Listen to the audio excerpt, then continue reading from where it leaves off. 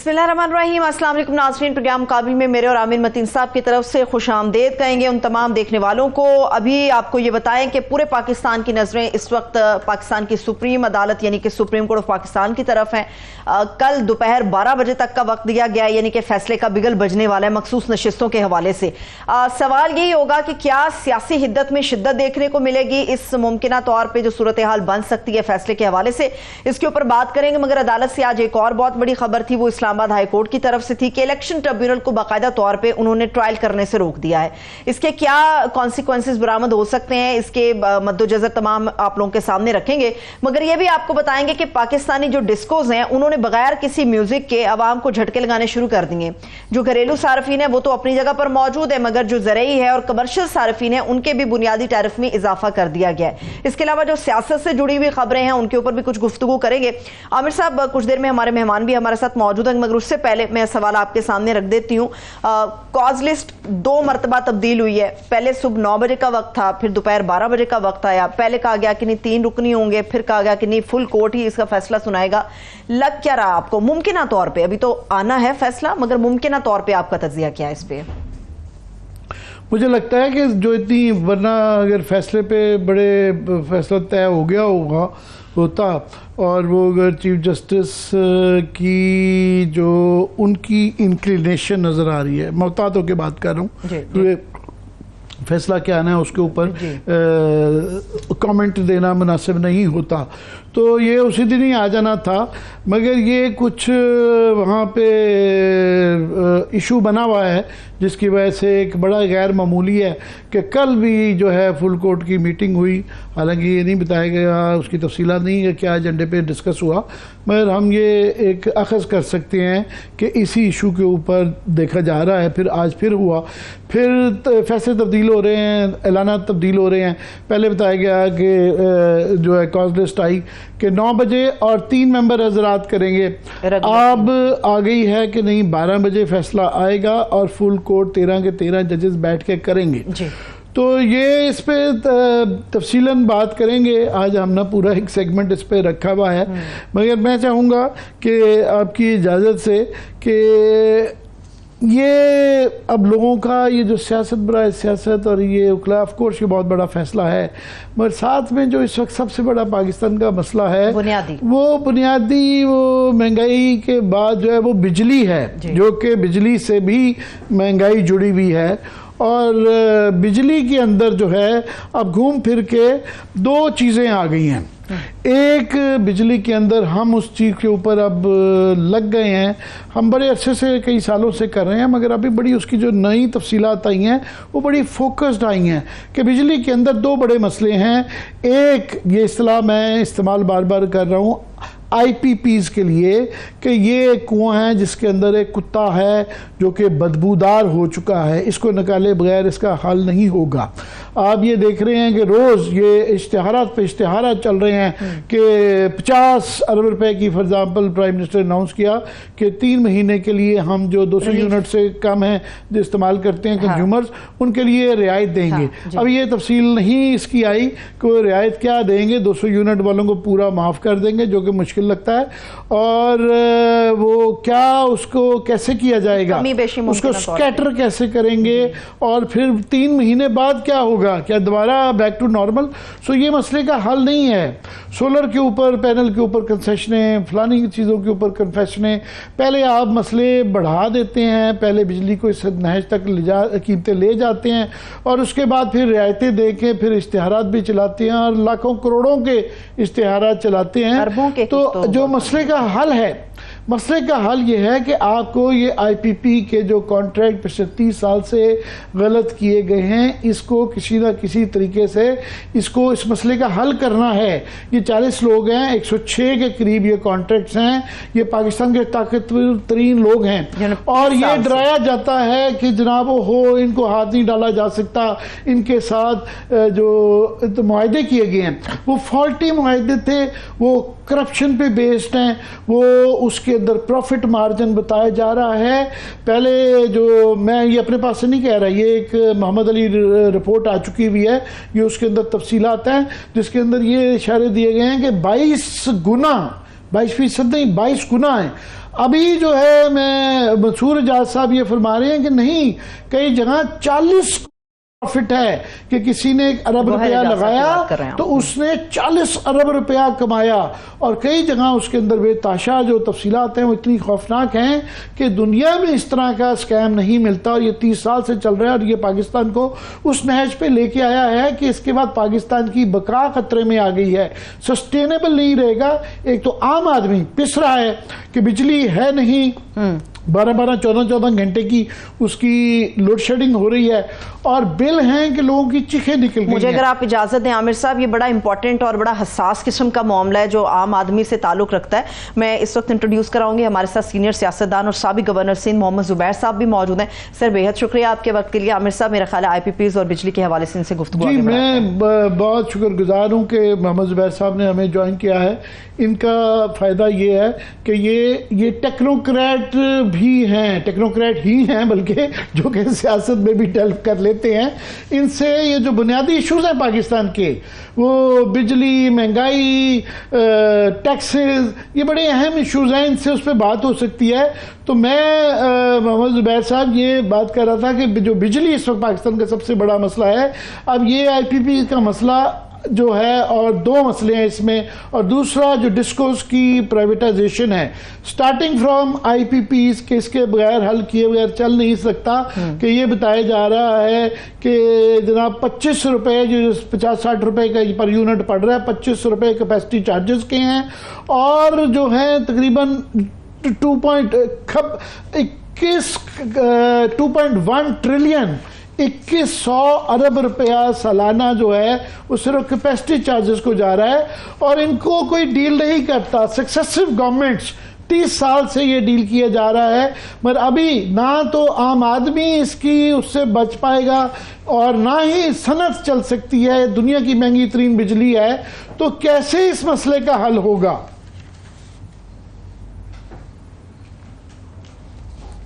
अगले साल जो होगा वो 2.8 ट्रिलियन कैपेसिटी पेमेंट करनी पड़ेगी, तो ये बढ़ता जा रहा है, ये स्टैग्नेंट नहीं है। जी, ये बड़ा खौफनाक है। आपने ये बताया कि ये इस साल 2100 अरब है, अगले साल 2800 अरब रुपया हो जाएगा होगा, और इसके बावजूद, ये सब पे करने के बावजूद, और लोगों को 60 रुपए से ऊपर की बिजली चार्ज करने के बावजूद, जो लॉस है हुकूमत पाकिस्तान का वो तकरीबन 1 ट्रिलियन से ज्यादा है। मतलब ये इससे बड़ा मसला पाकिस्तान का इस वक्त कोई भी नहीं है, इससे बड़ा मसला, क्योंकि ये इतना बड़ा एक और ये इस पर जो डिबेट अभी शुरू हुई है, जो आप भी कर रहे हैं, जो कुछ लोग जैसा गौर एजाज साहब हैं, उन्होंने तो कहा है कि कैंसिल कर दें और उनकी अपनी, मतलब कैंसिल ऐसे तो नहीं एक दिन उठा के कर देंगे, मतलब उनको सिटिंग अक्रॉस द टेबल, ये खौफनाक हकाइक, तो जो आपने कहा था ना कई केसेस में 40 गुना है, तकरीबन है ही 40 गुना, तो आपकी बात बिल्कुल सही है। और अब वही जब आपने 1 अरब के 40 अरब कमा लिए, तो फिर then Pakistan government has the right to sit across and discuss this thing कि भाई देखें, आपने 40 अरब तो ऑलरेडी कमा लिए हैं, हमारे लिए सस्टेनेबिलिटी नहीं रही है। अब इसे it is not just about the fact कि जी आप कितना, ये एक सिंपली स्टेटेड आमिर, अगर आप ये 2 साल पहले, ये जब एक लॉजिक, ये PDM की पहली हुकूमत आई थी, तो उस वक्त मैं अपने जो मेरे वहाँ दोस्त थे हुकूमत में, मैं उनको कहता था कि आपकी ये जो लॉजिक है ना, ये जो एक्सट्रीम कैपिटलिज्म की लॉजिक है कि हम जो कॉस्ट होगी वो पास ऑन कर देंगे, सॉरी इस तरह से नहीं होता। Even in capitalist society like US, जहां भी क्राइसिस आता है, फाइनेंशियल क्राइसिस आता है, तो हुकूमत एंटर होती है, सेव करती है अपने बड़े बड़े इदारों को, चाहे वो सिटी बैंक हो, मैरिल लिंच हो, ऑटो कार इंडस्ट्री हो, दूसरे इदारे हो, तो हाँ सेव करना होता है, और आम लोगों के लिए भी सेव कर, चाहे कोविड हो या दूसरा हो। अभी मसला, मैं उस वक्त कहता था यार, अगर किसी की 50,000 तनख्वाह है, उसको आप 25,000 का बिल नहीं भेज सकते हैं यार। I mean it's impossible, what are you expecting. और अच्छा, ये कोई वन टाइम तो है नहीं, हर महीने आएगा, और हर महीने आप अभी आप अगर फॉलो कर रहे हो, मैं ये भी कहता हूँ कि भाई एक दफा आप फैसला करके ये तो बताते हैं पाकिस्तानी अवाम को कि अगले 6 महीने कोई इंक्रीज नहीं आएगा।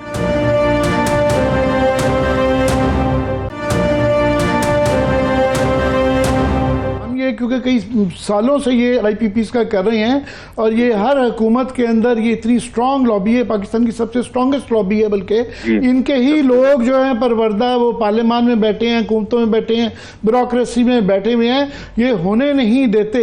मगर उसके अंदर ये जो आर्गूमेंट है कि ये सॉवरेन वो जो डराया जाता है कि पाकिस्तान की क्रेडिबिलिटी, मगर उसके अंदर कल मोहसिन अजीज साहब ने भी हमारे प्रोग्राम में कहा और ये आर्गूमेंट है कि अगर ये नहीं कि हमारी गलती है, अगर फ्रॉड पे बेस्ड हो तो फिर जो है वो फिर ये वाली हमारी सॉवरेन गारंटी नहीं आती है और वो उसके जो फैक्ट्स बताए जा रहे हैं वो इतने क्लियर हैं कि वो ये नहीं 1 खरब लगा के 40 खरब बना लिया है, वो कई जगहों पे 1 खरब भी नहीं लगा क्योंकि ओवर इनवॉइसिंग करके बताया गया और हम बाकी लिया गया और 0 इक्विटी पे 1 पैसा लगाए बगैर गवर्नमेंट के ही पैसों से इजी फाइनेंसिंग करवा के करवाया गया। एक्चुअली मैं अगर पूरी जो बात कर रहा था, मैं ये कह रहा था कि ये मैं भी उस चीज को सपोर्ट करता हूँ कि ये सस्टेनेबल ही नहीं है गोइंग फॉरवर्ड। ना पास में तो अब तो बिल्कुल sustainable, so we have to have an alternative which is basically in ये एग्जिस्टिंग एग्रीमेंट्स के साथ हम नहीं चल सकते। So what is the way forward?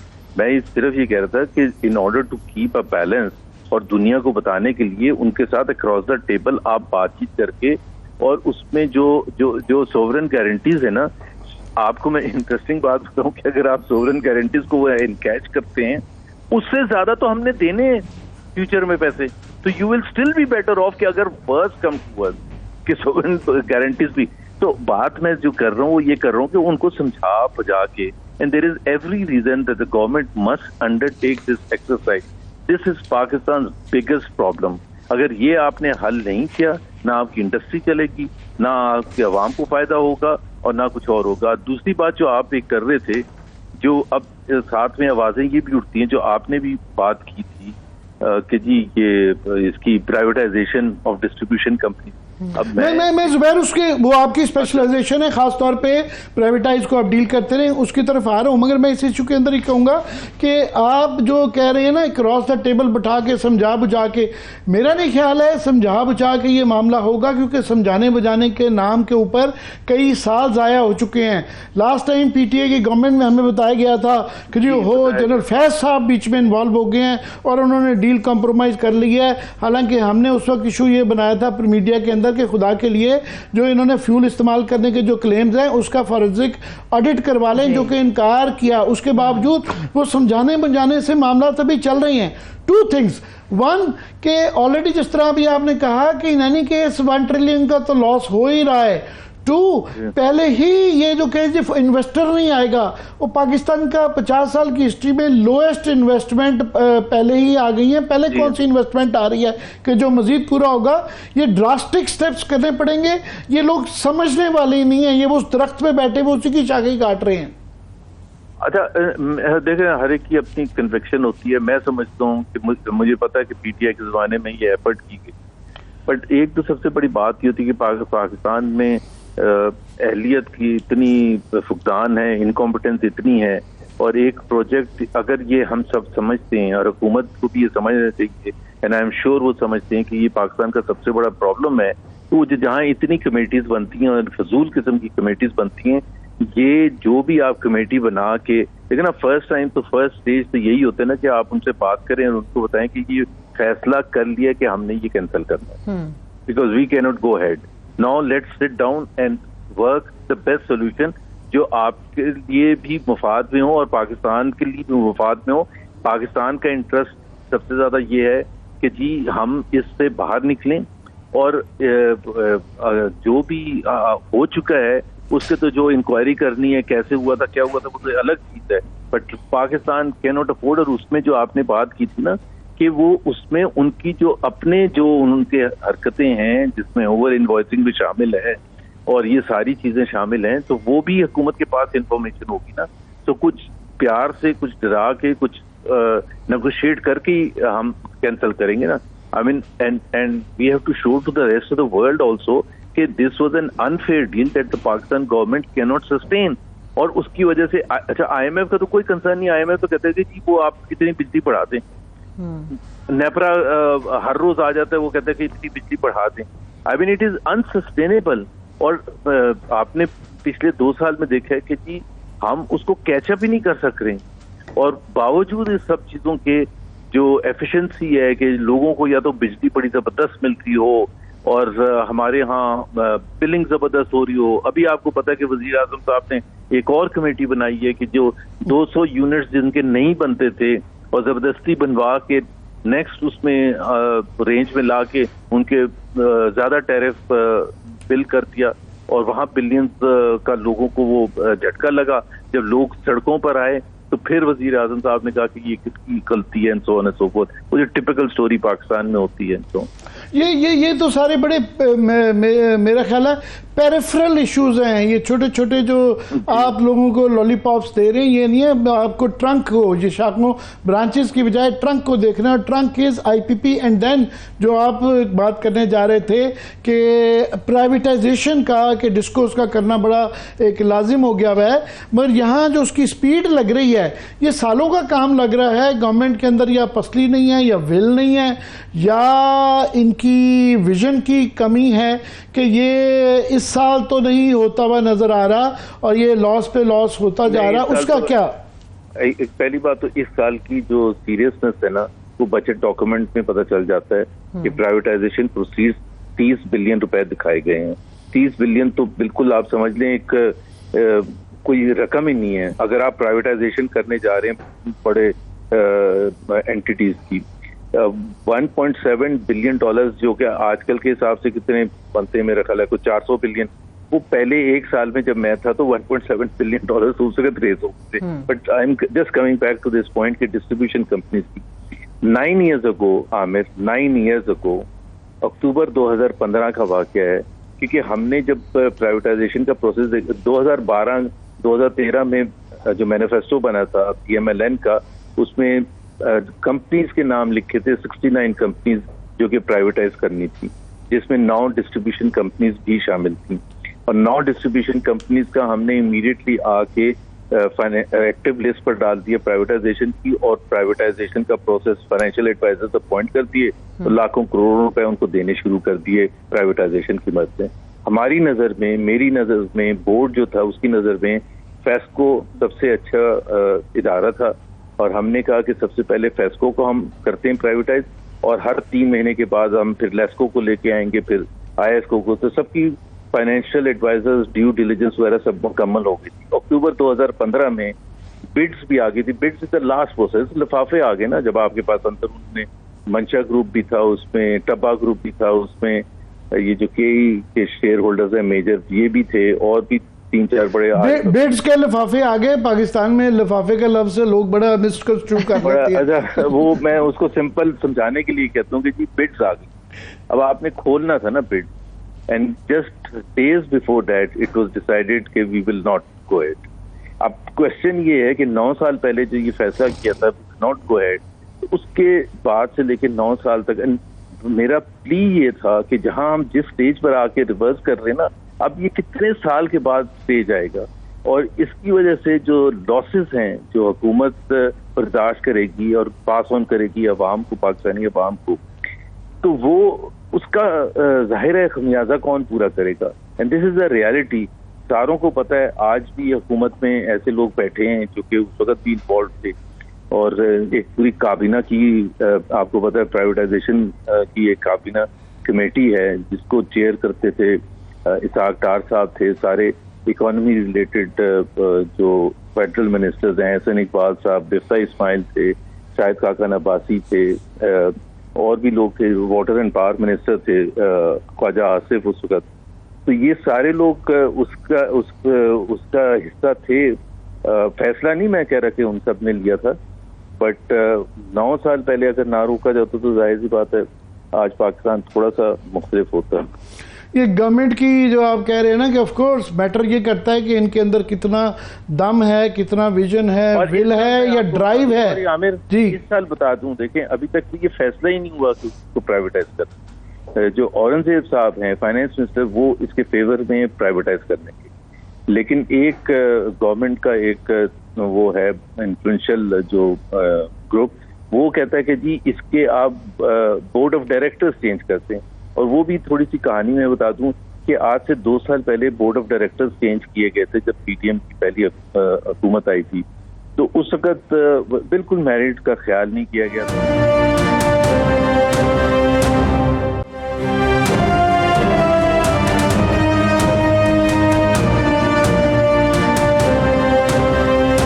ये आपने आमिर साहब अच्छा किया कि जुबैर साहब को आप खुद ही सियासत की तरफ ले आए इकोनॉमी से पहले। इकोनॉमी के बाद अब जब सियासत की गुफ्तगू छिड़ गई है तो मैं जुबैर साहब को भी एक क्लिप सुनाना चाहती हूँ जावेद लतीफ साहब का। गर्दनें खुद कह रहे हैं कि मुश्किलात को देखते हुए हमने गर्दन पेश कर दी है।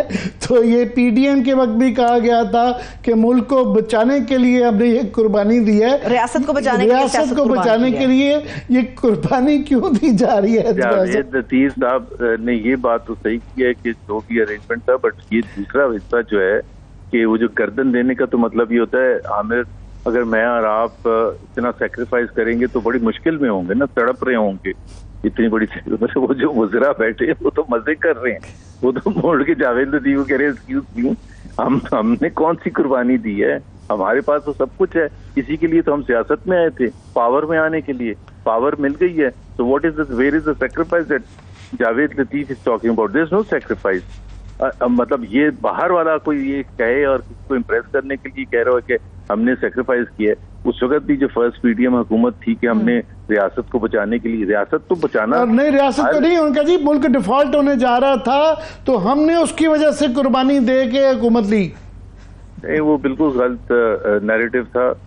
मेरा ख्याल है उसमें से 98% ने तो कोई नंबर्स भी नहीं क्वेश्चन किया कि जी कैसे डिफॉल्ट होने वाला था। जब आप इतना बड़ा फैसला कर रहे हैं जिसके बेसिस पर आप कह रहे हैं कि हम अपनी सियासत को कुर्बान करने जा रहे हैं या हमने अपनी सियासत को, तो भाई डिफॉल्ट होता क्यों है? डिफॉल्ट तो इसलिए होता है कि आपके स्टेट बैंक के रिजर्व्स बड़े कम हो गए हैं और उसका प्रेशर फिर एक्सचेंज रेट पर पड़ता है और एक्सचेंज रेट मैसिवली डिवैल्यू होता है। यही होता है। अगर आप वोट ऑफ नो कॉन्फिडेंस से पिछले 6 महीने चले जाएं पीछे, अगस्त 2021 से लेके फरवरी 2022 तक चले जाएं, तो एक्सचेंज रेट जो था, इंट्रा बैंक रेट 168 और 175 के दरमियान था, which is perfectly all right for a country of Pakistan. इतनी डिवैल्यूएशन तो होती है, मतलब कोई झटके नहीं खा रही थी करेंसी मार्केट, बिल्कुल।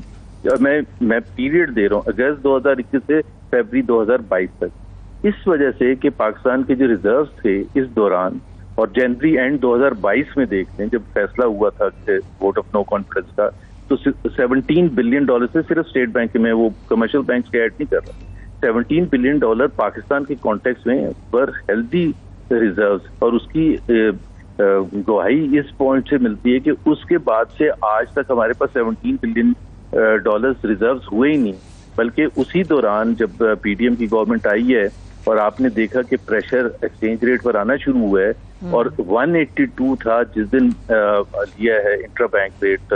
शहबाज शरीफ साहब ने 12 अप्रैल को हुकूमत संभाली है, 182 से आपको पता है 310 315 तक चला गया था, और अनऑफिशियल मार्केट में तो 340 और पता नहीं क्या क्या, and there was a lot of uncertainty. That was because the reserves were dwindling, और रिजर्व्स इसलिए कर रहे थे कि आईएमएफ के साथ नाराजगी हो गई थी। आपको ही पता है कि जो उस वक्त वजीर खजाना समझ रहे थे कि जी आईएमएफ हमें डिक्टेट कर रहे हैं और हम अल्टरनेट कोई सोर्स निकाल लेंगे फॉरेन एक्सचेंज जाने का ताकि अपने रिजर्व्स को बढ़ाए।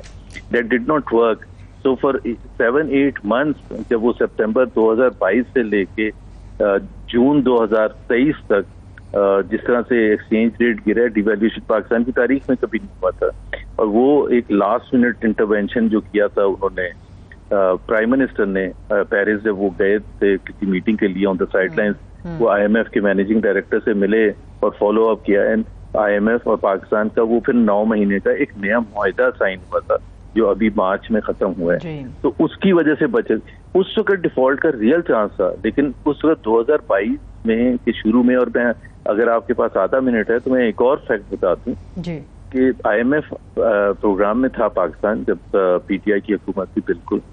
और जनवरी के एंड में 2022 की बात कर रहा हूं मैं, जनवरी के एंड में आईएमएफ का एक प्रेशर था, 2 प्रेशर थे कि एक आप मिनी बजट लेके आए 250 बिलियन रुपए का, और दूसरा स्टेट बैंक का जो इंडिपेंडेंट उसको बिल्कुल स्टेट फाइनेंस मिनिस्ट्री से करने का बिल है वो अप्रूव कराएं। और वो बड़ा मुश्किल था पॉलिटिकली, और उस पर जाहिर है उस वक्त की ऑपोजिशन जो थी उनकी तकरीरें आप निकाल के सुन लें कि ये this is a sell out, और हमने 71 के ख्वाजा आसिफ ने तो ये कहा दिसंबर 71 के बाद इससे बड़ी ह्यूमिलेशन हमारी, तो वो दोनों मैं ये हंस रहा हूँ जब कंप्लीट कर, जी जी एक सेकंड, तो वो जब हमने अप्रूव कर दिए जनवरी, पाकिस्तान ने अप्रूव कर दिए जनवरी के एंड में, तो IMF की जो सेवंथ ट्रांच वो बोर्ड ने अप्रूव की, और फरवरी के फर्स्ट वीक में पाकिस्तान को पैसे मिल गए, फरवरी के फर्स्ट वीक में। तो आप मुझे बताएं कि जब IMF ने फरवरी के फर्स्ट वीक में आपको पैसे दे बेस्ड ऑन द कंडीशंस, तो आप तो इमरान खान ने जो गलती की थी, जो बहुत बड़ी गलती थी, वो फरवरी के एंड में जब वो इंटरनेशनल ऑयल प्राइसेस बहुत ऊपर जा रही थी, तो उन्होंने ना सिर्फ ऊपर नहीं बढ़ाया एज पर IMF एग्रीमेंट, बल्कि उसको रिड्यूस किया और फ्रीज किया अगले 4 महीने के लिए। And I think that was a political decision, because already उनके कानों में ये आ चुका था कि जी वोट ऑफ नो कॉन्फिडेंस होने वाला है, तो ही थॉट कि जी politically this will be even more disaster. एक दफा vote of no confidence fail हो जाएगा तो फिर हम बढ़ा लेंगे, IMF बना लेंगे। I mean like that. रियासत के लिए कुर्बानी वाली तो बात, ये डिफॉल्ट वाले कोई सूरत हाल नहीं थी, मगर अभी आपने कहा कि बने उस वक्त मिनी बजट के ऊपर इतना शोर मचाया गया। अभी सूरत हाल ये है कि 9,000 अरब रुपए का 9,000 अरब का इन्होंने सप्लीमेंट्री बजट दिया है, जितने रेवेन्यूज नहीं थे उससे ज़्यादा सप्लीमेंट्री है। दूसरा, आज की ये खबर आई भी है कि इनका जो बैंकों से पिछले 45 दिनों में 3.2 ट्रिलियन 3200 अरब रुपया लिया गया है।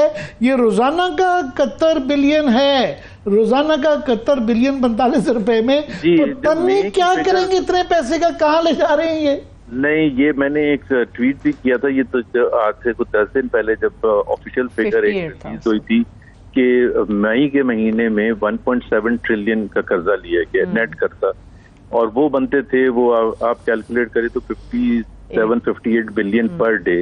This is what I tweeted के 58 बिलियन रुपीस का रोजाना की लिहाज से आप अगर कर्जा लेंगे और किसी पाकिस्तानी से पूछें कि आपको महसूस हुआ है कोई खुशहाली आई है, कोई आपको 2 वक्त की रोटी अच्छी तरह मिल रही है, आपकी कोई एजुकेशन में, हेल्थ में, किसी चीज में कोई बेहतरी आपको नजर आई है, तो उनको तो पता ही नहीं, उनके लिए तो मुश्किलात में और ज्यादा इजाफा हुआ है मई या जून के महीनों में। तो ये बिल्कुल एक रेलेवेंट क्वेश्चन है कि where is that money going, और वो कौन पूरा करेगा? जाहिर सी बात है वो अवाम पूरा करेंगे। अवाम ऐसे पूरा करेंगे कि जितना ज्यादा आप कर्जा लेंगे उतना ज्यादा आपको रीपे करना पड़ेगा मार्कअप, तो और फिर आप उसको पूरा कैसे करते हैं? आप टैक्स लगाते हैं, और कुछ डायरेक्ट लगाते हैं और कुछ इनडायरेक्ट लगाते हैं। सैलरीड लोगों पर डायरेक्ट लगाते हैं, डायरेक्ट और इनडायरेक्ट दोनों उनको असर पड़ता है सैलरीड लोगों को, तो और बाकी जो लोअर तबके है उनके ऊपर सारों पर, चीनी पर, आटे पर, हर दूध पर, पेंसिलों पर, किताबों पर, हर चीज पर आपको टैक्स ज्यादा देना है। तो वो आप अगर अपने कंट्रोल ही नहीं करेंगे। और दूसरी बात ये है आमिर, देखें बड़ा सिंपल सी बात है, अगर आप टैक्स बढ़ाते हैं, जो इस दफा आपने तकरीबन 40% के टैक्स प्रोजेक्ट किए हैं, इंक्रीज करेंगे in an economy which is going to grow only 2 और 2.5% इसके दरमियान ग्रो करेगी, तो इतना ज्यादा टैक्स तो जाहिर सी बात है आप नए टैक्सेस लगा के ही पूरा करेंगे ना। अगर चलें कौम तैयार हो जाए टैक्स देने के लिए, तो उसका फायदा उस चीज में होना चाहिए कि फिर आप अपना एक्सपेंडिचर भी कंट्रोल करें ना, ताकि जो इजाफी टैक्स आएगा उसकी वजह से आपकी डेफिसिट कम होगी और उसकी वजह से आपकी बोरिंग कम होगी। आप इतना 40% आप आवाम पर ला देते हैं और ऊपर से फिर एक्सपेंडिचर उससे ज्यादा बढ़ा देते हैं, तो फिस्कल डेफिसिट और ज्यादा हो जाता है, कर्जे फिर और ज्यादा। ये 4 महीने के अंदर ये हालात के आगे कोई उम्मीद नहीं रह गई, कोई चीज समझ नहीं आ रही, ना बिजली ना पानी। और वो शहबाज शरीफ साहब पे वो मीटिंग में कह रहे हैं कि हमने आपके ऊपर किताबें लिखनी है, सो लिखते रहे किताबें। बहुत बहुत शुक्रिया, thank you so much. Mohammad Zubair साहब हमारे साथ मौजूद, सर आपके वक्त के लिए शुक्रिया। अभी हम ब्रेक ले रहे हैं, ब्रेक से वापस आएंगे तो अदालतों के अंदर आज बड़ा हंगामा खेज किस्म का दिन था। आज जो हंगामा था और आने वाले दिन में ऐसा लगता है कि हंगामा इससे कहीं ज्यादा होगा। ब्रेक लेते हैं, ब्रेक से वापस आके अदालती मामलात और खास तौर पर मखसूस नशिस्तों के हवाले से गुफ्तगू करेंगे। हमारे साथ रहिए।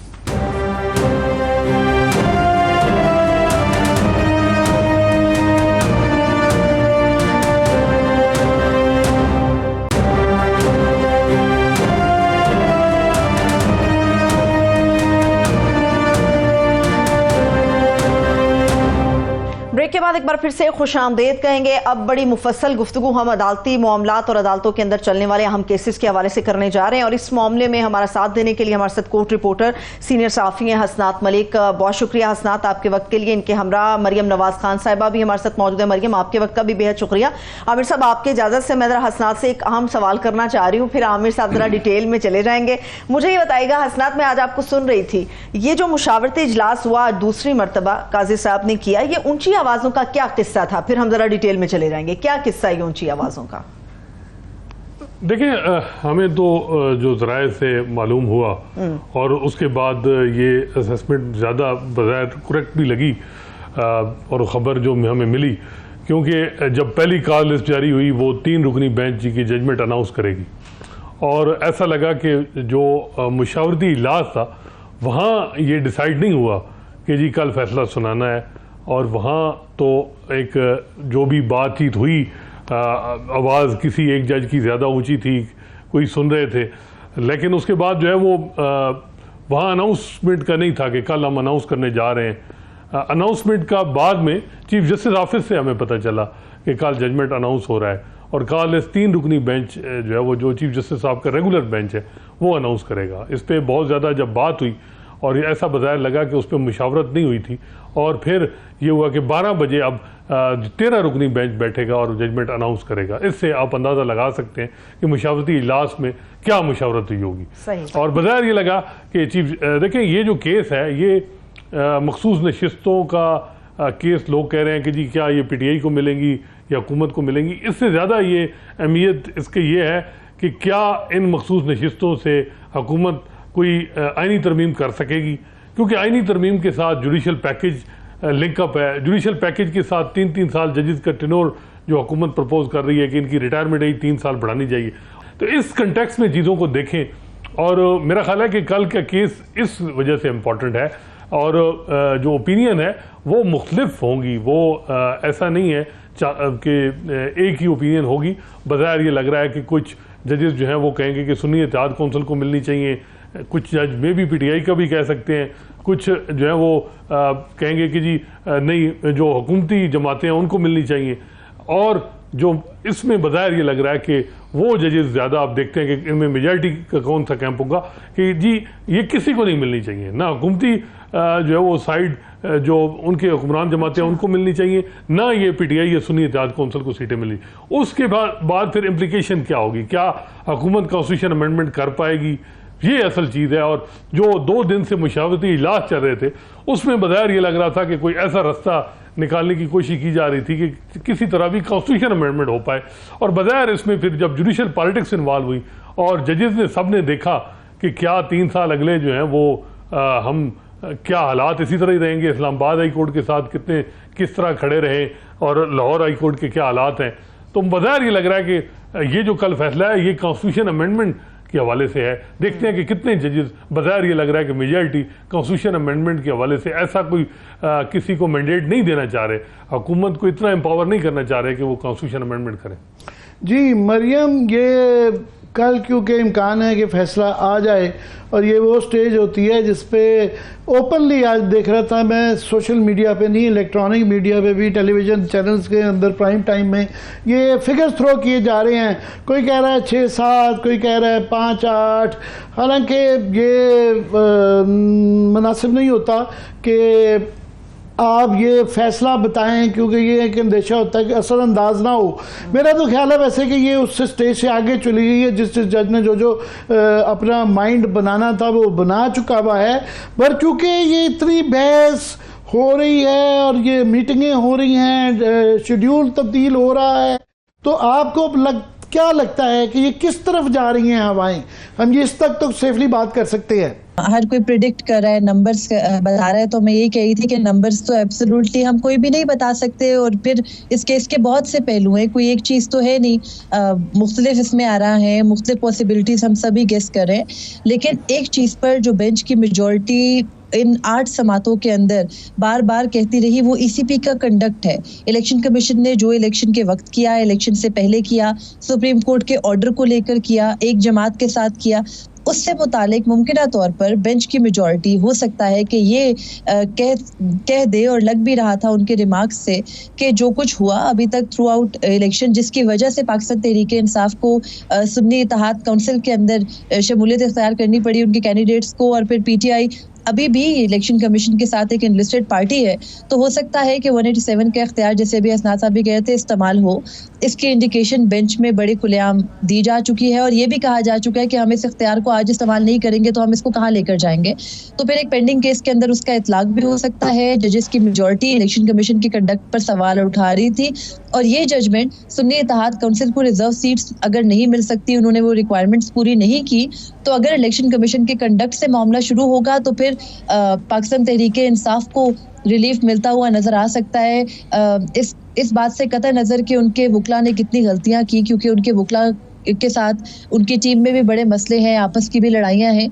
लेकिन अगर वोटर के राइट को ही देखना है सुप्रीम कोर्ट ने, और जो इलेक्शन कमीशन का कंडक्ट है उसी को देखना है, तो फिर हो सकता है कि सुन्नी इत्तेहाद काउंसिल को मिले ना मिले रिलीफ पाकिस्तान तहरीक इंसाफ को मिल जाए, अगर जजेस की मेजॉरिटी उस तरफ है। जो फिगर्स अभी तक डिस्कस किए जा रहे हैं जजेस को लेकर के, तो अब कल 12 बजे तो खैर ये वाजे भी हो जाएगा। लेकिन पेशावर हाई कोर्ट का फैसला मेरी नज़र में सुप्रीम कोर्ट शायद बरकरार ना रखे इलेक्शन कमीशन का फैसला, और ये भी हो सकता है कि जो इलेक्शन कमीशन के एक मेंबर का फैसला था कि इन नशिस्तों को खाली छोड़ा जाए, वान इससे पहले भी खाली रहा है, फिर 2 साल भी खाली ही रहा है, बहुत सी उसकी नशिस्तें खाली रही हैं, तो मुमकिन तौर पर खाली रहने का फैसला दे दे, लेकिन बाकी जमातों को यानी हुकूमती जमातों को मिलता थोड़ा मुश्किल लग रहा है। लास्ट वर्ड्स कि ये बहुत बड़ा फैसला है, इसका सिर्फ एप्लीकेशन नहीं कि इसकी अगर ये सीटें मिल जाती हैं सुन्नी इत्तेहाद को या PTI को नहीं मिलती, तो इसके साथ आईनी तरमीम जुड़ी हुई है। मगर ओवरऑल एक पॉलिटिकल, मॉरल, एक लीगल बहुत बड़ा एक अपसेट हो सकता है कि अगर ये उनको मिल जाती हैं PTI सुन्नी इत्तेहाद को सीटें, तो फ़ायज़ ईसा साहब के लिए, हुकूमत के लिए ये कितना का बड़ा अपसेट होगा। देखिए सर, अगर PTI या SIC को ये मिलती हैं रिजर्व सीट्स, जो कि वो ये कहते हैं कि उनका हक है, तो इससे उनकी पोजीशन में फ़र्क नहीं आएगा, वो अपोजिशन में ही रहेंगे। लेकिन जो मौजूदा हुकूमत है वो 2/3 मेजॉरिटी उनके पास नहीं रहेगी, क्योंकि अभी ज़ाहिर है अभी हुकूमत आई है, शुरू के उनके आयाम में अभी उन्होंने बहुत सारी इस्लाहात करनी है, बहुत सारी अमेंडमेंट्स करनी है, तो ये उनके लिए वाकई में एक बड़ा अपसेट होगा। और मौजूदा हुकूमत के लिए जो उनकी एक बैलेंस है या उनकी स्टेबलाइजेशन है, वो पूरी की पूरी डिस्टर्ब हो जाएगी इस एक फैसले से। तो इस फैसले के ज़ाहिर है कि बहुत ज़्यादा इम्प्लीकेशंस हैं, इसी वजह से 3 दिन से मुसलसल मुशावरतें भी चल रही हैं। तो हुकूमत के लिए अगर तो कोई एडवर्स आता है फैसला, तो बड़ी मुश्किल हो जाएगी। और यही वजह थी कि जब पेशावर हाई कोर्ट ने इलेक्शन कमीशन का फैसला अपहेल्ड किया था, तब भी प्रिडिक्ट किया जा रहा था कि इलेक्शन कमीशन ने जैसा फैसला दिया है वो पेशावर हाई कोर्ट में बरकरार नहीं रहेगा, लेकिन वहाँ रहा और यूनानिमस ऑर्डर आया। और उसके बाद जब सुप्रीम कोर्ट में आया, तो जब पहले का शुरू का 3 रुकनी बेंच था, कुछ और हालात थे, फिर फुल कोर्ट बनी, तो यही प्रिडिक्ट किया जा रहा था कि हुकूमत को फ़ायदा पहुंचेगा। लेकिन जिस तरह बेंच के प्रोसीडिंग्स आगे बढ़ती गई, तो हमने देखा डिफरेंस ऑफ ओपिनियन भी उभरा। उसमें हुकूमत की जानिब से भी कुछ सवालात के जवाबात ना देने, इलेक्शन कमीशन की जानिब से भी जवाबात ना तसल्ली बख्श दे देना भी वजह बना। तो ये हुकूमत के लिए बिलाशुबा एक अपसेट होगा और उनके लिए बहुत मुश्किल होगा आगे अपनी हुकूमत को लेकर चलना। मैं बस सिर्फ ये कह दूं कि ये भी एक बहुत बड़ा मफरूज़ा है कि अगर ये उनको ये सीटें नहीं मिलती, तो आईनी तरमीम होकर एक्सटेंशन उनको मिल जाएगी चीफ जस्टिस साहब को। एक तो वो खुद जिस तरह असनाद भी बताते रहे हैं कि उन्होंने इनकार किया हुआ है कि उन्होंने किया हुआ है, हो सकता है उनके ऊपर प्रेशर भी हो। तो ये न्यूमेरिकली मैं देख रहा था, इतना आसान काम नहीं है कि एकदम से आईनी तरमीम ये हो जाएगी। सेनेट के अंदर भी JUI और नेशनलिस्ट पार्टियां देखते हुए वो उनको साथ में मिलाना मुश्किल है।